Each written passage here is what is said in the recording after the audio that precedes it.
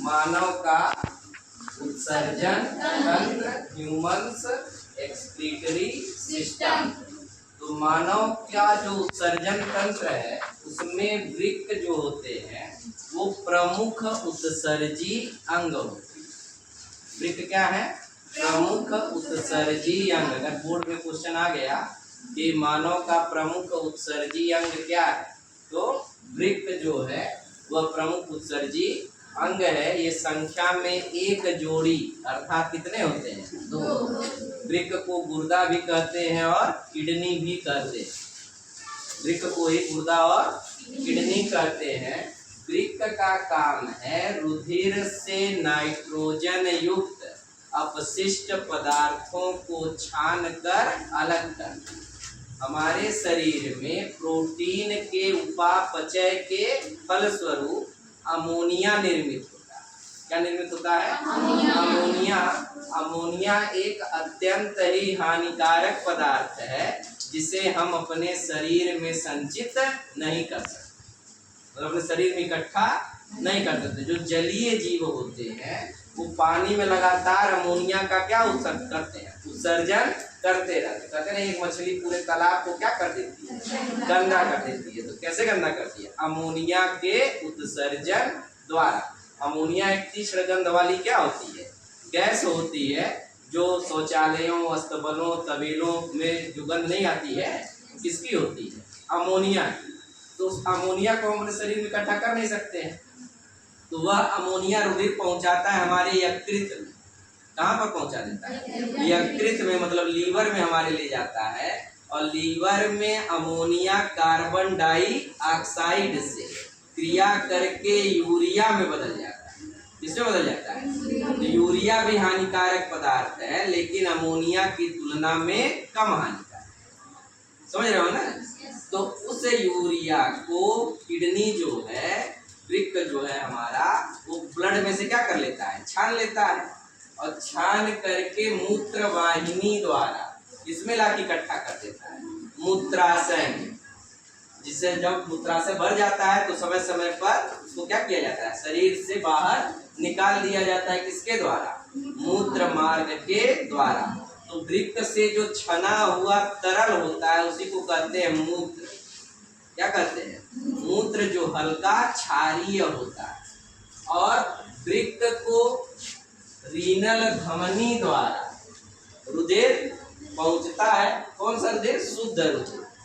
और रीनल शिरा यहाँ के अशुद्ध रुधिर को फिर कहाँ पहुंचाने का काम करती है? फेफड़े तक पहुंचाने का कार्य करती है। तो पहले तो उत्सर्जन है क्या? तो शरीर से नाइट्रोजन युक्त अपशिष्ट पदार्थों को बाहर निकालने की क्रिया क्या कहलाती है? उत्सर्जन। उत्सर्जन में सबसे ज्यादा सहायता कौन करता है? वृक्क करता है। हमारी त्वचा भी एक उत्सर्जी अंग, पसीने के रूप में भी उत्सर्जी पदार्थ हमारे शरीर से बाहर निकलते हैं, लेकिन सहायक उत्सर्जन। प्रमुख उत्सर्जन अंग कौन है? वृक्क। वृक्क का आकार कैसा होता है? एक सेम के बीज के जैसा। और ये पीछे होता है यहाँ पर, समझ गया ना? सामने तरफ किडनी नहीं होती है। किडनी कहाँ होती है? पीछे। जो हमारी दाईं किडनी है वो बाईं किडनी से थोड़ा नीचे और आगे होती है। जैसे किसी व्यक्ति का दोनों किडनी निकाल के तुम्हारे हाथ में दे दिया जाए, अब पूछा जाए बताओ कौन दायां है कौन बायां है, कैसे बताओ? है कुछ आइडिया? हाँ, किसी व्यक्ति का दोनों किडनी निकाल के तुम्हारे हाथ में दे दिया गया, पूछा गया बताओ कौन दायां है कौन बायां, कैसे पहचान? नहीं, होता क्या है कि बाईं किडनी थोड़ी ऊपर हम बताए है ना, और दाईं किडनी थोड़ी नीचे। तो दाईं किडनी के ऊपर केवल एक पसली का निशान मिलेगा क्योंकि थोड़ा नीचे है, और बाईं किडनी के ऊपर 2 पसली का, क्योंकि यहाँ लीवर भी होता है। तो लीवर के नाते दाईं किडनी थोड़ी नीचे और आगे की ओर आ जाए, तो उस पर केवल एक पसली का निशान पड़ा। और बाईं किडनी के ऊपर 2 पसली का, वो देख के पहचाना जा सकता है कि कौन दाईं किडनी है और कौन बाईं किडनी। तो ये उत्सर्जी पदार्थों को अलग करता है। लेकिन तुम सुने होंगे कुछ व्यक्तियों की किडनी खराब हो गई, गुर्दा खराब हो गया, तो ऐसे व्यक्तियों को डायलिसिस मशीन द्वारा, कौन सी मशीन?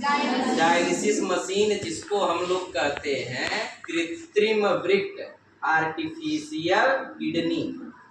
एक मशीन होती है जिसमें एक तरफ से ब्लड डाला जाता है, यहाँ से मान लो निकाल करके उस मशीन में प्रविष्ट करा दिया जाए, ठीक है।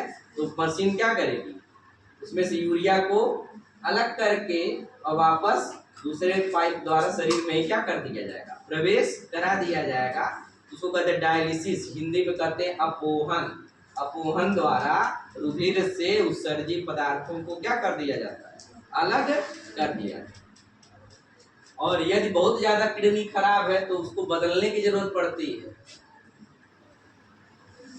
तो प्रत्यारोपण एक विधि है कि कोई दाता मिल गया, मान लो किसी व्यक्ति का दोनों किडनी खराब है, तो कोई एक किडनी अपना देने को उसको क्या हो गया है, तैयार हो गया है, तो दोनों का ब्लड ग्रुप मैच कराया जाता है, टिश्यू मिलाया जाता है, क्योंकि सबकी किडनी सबको दी नहीं जा सकती।